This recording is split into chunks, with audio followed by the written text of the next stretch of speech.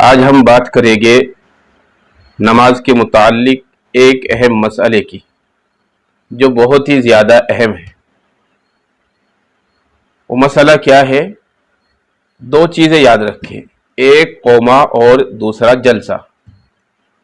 ایک کیا ہوتا ہے؟ قوما، اور دوسرا کیا ہوتا ہے؟ جلسہ۔ قوما کسے کہتے ہیں یاد رکھیں، قوما کہتے ہیں رکوع سے اٹھ کر سیدھا کھڑا ہونے کو۔ قوما کس کو کہتے ہیں؟ جب ہم رکوع کرتے ہیں نماز میں، پھر رکوع سے ہم اپنا سر اٹھا کر سیدھے کھڑے ہوتے ہیں، اس کو قوما کہتے ہیں۔ اور دوسرے نمبر پر ہم نے بتایا جلسہ۔ جلسہ کسے کہتے ہیں؟ یعنی ایک سجدہ کر کے دوسرے سجدے کے لیے ہم اٹھتے ہیں، تو جو دو سجدوں کے درمیان میں ہم بیٹھتے ہیں اس کو جلسہ کہتے ہیں۔ اب مسئلہ کیا ہے؟ مسئلہ یہ ہے کہ ہم کتنی مقدار قومے میں بیٹھے اور کتنی مقدار جلسے میں بیٹھے۔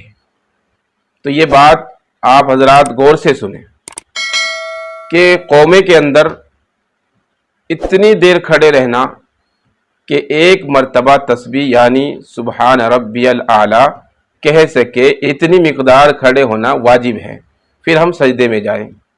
اور جلسے کے درمیان یعنی دونوں سجدوں کے درمیان جلسے میں بھی ہم اتنی دیر بیٹھے کہ جتنی دیر میں ایک مرتبہ تسبیح پڑھی جا سکے یعنی سبحان اللہ، یہ مقدار ہو گئی واجب۔ اب ہم دیکھتے ہیں بہت سارے ہمارے لوگ ایسے ہوتے ہیں اور ہمارے جو معاشرے کے انسان ایسے ہوتے ہیں، جب وہ نماز پڑھتے ہیں تو نماز بہت جلدی جلدی پڑھ لیتے ہیں۔ یاد رہے کہ جب ہم نماز جلدی جلدی پڑھتے ہیں اور قوما صحیح نہیں کرتے، یعنی رکوع سے اٹھ کر فوراً ایک دم چلے جاتے ہیں، سیدھے کھڑے بھی نہیں ہوتے، اور اسی طریقے سے ہم ایک سجدہ کر کے دوسرے سجدے کے لیے ہم فوراً چلے جاتے ہیں، ہماری کمر بھی سیدھی نہیں ہوتی، تو یاد رکھے قوما اور جلسہ یہ دونوں واجب ہے، یعنی کہ یہ دونوں کیا ہے؟ واجب ہے۔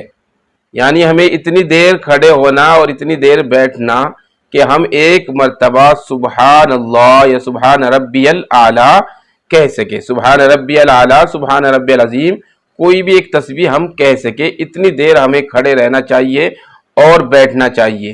اگر ہم اتنی دیر نہیں بیٹھ رہے ہیں یا اتنی دیر کھڑے نہیں ہو رہے ہیں قومے میں اور جلسے میں اتنی دیر نہیں بیٹھ رہے ہیں، تو یاد رکھے کہ ہمارے اوپر سجدہ سہو لازم ہو گیا ہے۔ کیا ہو گیا ہے؟ سجدہ سہو لازم ہو گیا ہے۔ قوما چھٹ گیا اور جلسہ چھٹ گیا تو ہمارے اوپر سجدہ سہو لازم ہو گیا ہے۔ وہ حضرات جو لوگ نماز پڑھتے ہیں اور رکوع سے اٹھ کر سیدھے کھڑے نہیں ہوتے، فوراً سجدے میں چلے جاتے ہیں، اور اسی طریقے سے سجدے کے درمیان بیٹھتے نہیں ہیں، دوسرے سجدے میں فوراً چلے جاتے ہیں، تو یاد رکھے کہ ان کی نماز بغیر سجدہ سہو کے نہیں ہوگی۔ اگر ہم سجدہ سہو کریں گے تب جا کر نماز ہوگی، کیونکہ ہم نے قوما اور جلسہ دونوں چھوڑ دیے ہیں۔ اور اگر ہم سجدہ سہو نہیں کریں گے تو ہماری نماز بالکل بھی نہیں ہوگی، ہماری نماز واجب الاعادہ ہوگی، ہمیں لوٹانا پڑے گا، کیونکہ سجدہ سہو لازم ہونے پر جب تک سجدہ سہو نہیں کریں گے تو ہماری نماز نہیں ہوگی۔ اس لیے ان باتوں کا خیال رکھے، نماز کے اہم مسئلے ہیں، اہم مسائل ہیں۔ بھئی ہم نماز تو پڑھنے آتے نہیں کہ مسجد میں، اللہ ہمیں توفیق دیتا ہے، تو اگر ہم نماز کو اچھے طریقے سے پڑھیں گے تو ہماری نماز مقبول ہوگی اللہ تبارک و تعالیٰ کے ہاں۔ ایسی نمازوں کا کیا فائدہ جو اللہ کے ہاں مقبول نہ ہو؟ اس لیے یاد رکھے قوما اور جلسے کے بارے میں بہت اچھی طریقے سے یاد رکھے کہ ان کے اندر کتنی دیر کھڑا رہنا چاہیے، کتنی دیر بیٹھنا چاہیے۔ حضرت عائشہ صدیقہ رضی اللہ تعالیٰ عنہ فرماتی ہے کہ رسول اللہ صلی اللہ علیہ وسلم کے قومے کی یہ حالت تھی کہ آپ صلی اللہ علیہ وسلم رکوع سے پہلے سیدھے کھڑے ہوتے تھے اچھے طریقے سے، پھر سجدے میں جاتے تھے۔ اسی طریقے سے ہمارے نبی صلی اللہ علیہ وسلم پہلا سجدہ کر کے دوسرے سجدے کے لیے اطمینان سے بیٹھتے تھے اور پھر دوسرے سجدے میں جاتے تھے۔